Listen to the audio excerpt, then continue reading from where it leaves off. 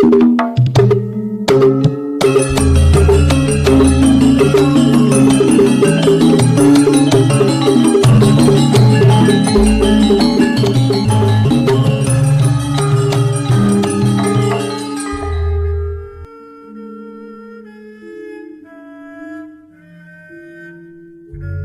Ibu, para kadang kinasih, simbah-simbah lan adik-adik, para rama suster bruder berkah dalem Gusti, sugeng rawuh wonten ing PDSK channel menika.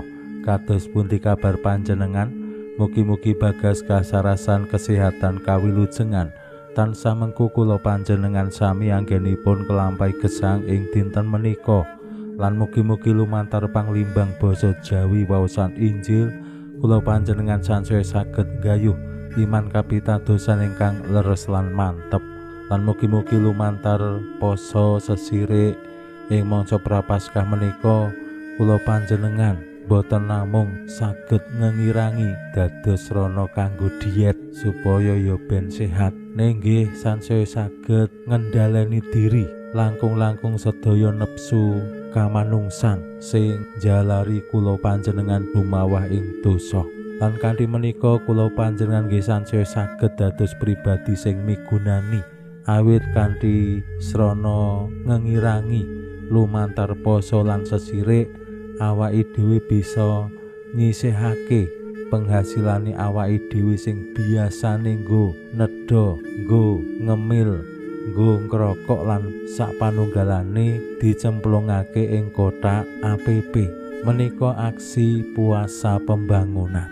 Dinten menika dinten Jemuah, kula panjenengan kaajak sesirik saben dina Jemuah sajroning mangsa prapaskah. Mila nek diitung-itung wonten 7 Jemuah ngantos Jemuah Agung kula panjenengan sesirik. Yen umpamane kula panjenengan nyirik rokok kados kula amargi saben dinten ngrokok, biasane kula ngrokok sedinten menika sak bungkus. Yen kula nyirik berarti boten ngrokok. Rega rokok sak bungkus menika 19.000. Amila duit 19.000 ijoli rokok menika lajeng kula cemplungke ing kotak APP. Dina kuwi uga aja dindende, aja ditunda-tunda mengko ndak lali. Dadi rampung dina Jemuah lebokke ning kotak APP. Ping 7 Jemuah dadi 19.000 ping 7. Menika apese yen namung pantang utawi sesirik rokok. Bisa uga sesirik sing paling murah kula kinten uyah. Monggo pundi sing menantang tumraping panjenengan kanggo poso lan sesirik, menika sing kedah dipun lampahi. Lan anggenipun poso, umat Katolik menika le poso penak banget, oleh madang sajroning sedina sepisan ing dina Rebu Awu lan Jemuah Agung mung ping pindho sajroning mangsa prapaskah. Mila itungane yen poso dina Rebu Awu lan Jemuah Agung terus sak regane mangan sepisan kuwi umpamane 15.000, berarti nglebokke dina Rebu Awu 30.000, ijole mangan cacah ping pindho sing ora dipangan karo Jemuah Agung 60.000. Itungane neng kotak APP cetha kanggo wong siji apese. Menika boten ateges awake dhewe itungan, ning kanggo mbangun komitmen kados pundi awake dhewe poso sesirik ngengirangi lan asilipun ngengirangi menika dipigunakake kanggo dana, kanggo mbangun kautaman tumraping liyan.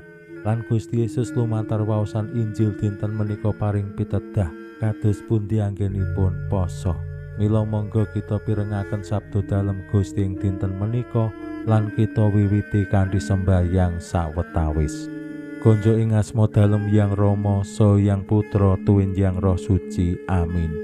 Suwawi sami munjuk Gusti Yesus sabda dalem Hyang Rama ingkang sampun manjalma, mugi karsa ngandika dhateng kawula wonten ing asepen ing telenging manah kawula, kabika kegiatan lan panglipur ingkang manjing ing sabda dalem kapenuwana kawula mawi roh ing kawicaksanan dalem.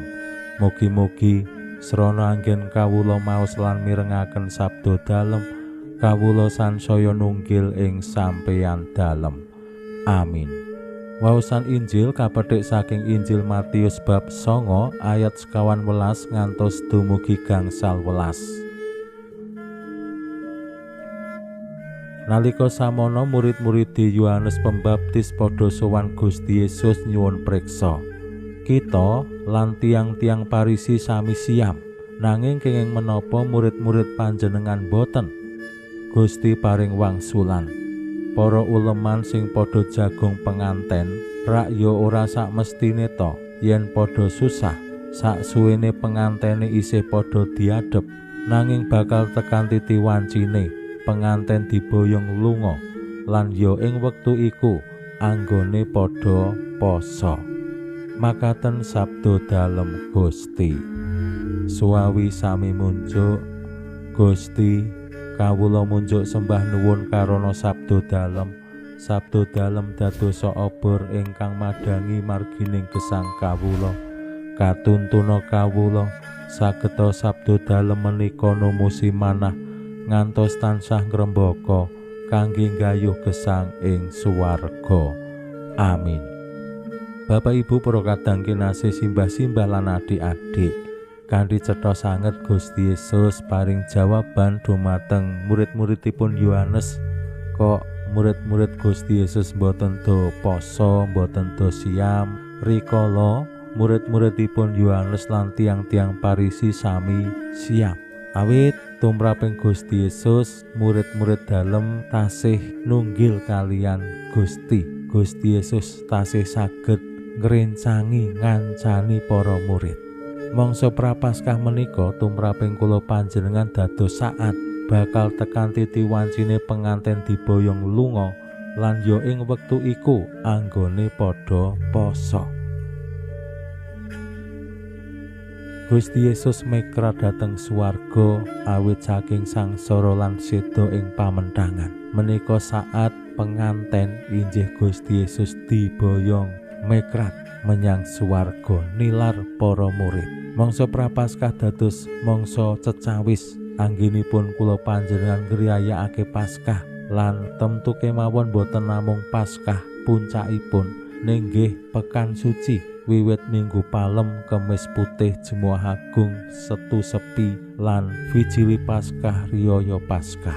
Menika dados puncak anggenipun Gusti Yesus nandhang sangsara lan seda saha wungu mulya mekrat menyang swarga. Sacara badani, sacara manusiawi, Gusti Yesus nilar para murid dalem. Mila lajeng para murid sami siam, sami poso. Kula panjenengan nggih kaajak dados murid-murid dalem sing ngriyayakake kanthi bungah Gusti Yesus nilar panunggalaning para murid lan temtu lajeng ngutus Hyang Roh Suci makarya manunggil kalian para murid. Kula panjenengan sami jaman menika dados murid-murid dalem temtu boten saged nunggil kalian Gusti Yesus sacara badani, sacara jasmani, sacara manusiawi, ning awake dhewe manunggil kalian Gusti Yesus ing Hyang Roh Suci. Poso dados srana anggenipun kula panjenengan ngraosaken sedih susah awit tanda kutip ditilar Gusti Yesus sing dados pengajeng-ajenging para murid ing wekdal semanten ninggih bersolider kalian sangsara lan seda dalem Gusti. Mila yang dibandingke kalian poso sesirike awake dhewe ora ana emput-empute, ora bisa dibandingke. Yen ngasih awake dhewe anggone poso sesirik kuwi bolong-bolong, ora tahan, ora kuat. Nah menika saged dados kaca benggala. Kados pundi anggenipun kula panjenengan derek Gusti. Pinuji Allah sakmenika sarta ing salami-laminipun. Salam sehat, salam bahagia, salam katentreman. Lan mugi-mugi lumantar panglimbang dinten menika kula panjenengan tansah jinangkung ing berkah dalem Gusti ingkang Maha Kuwasa, Hyang Rama saha Hyang Putra tuwin Hyang Roh Suci. Amin.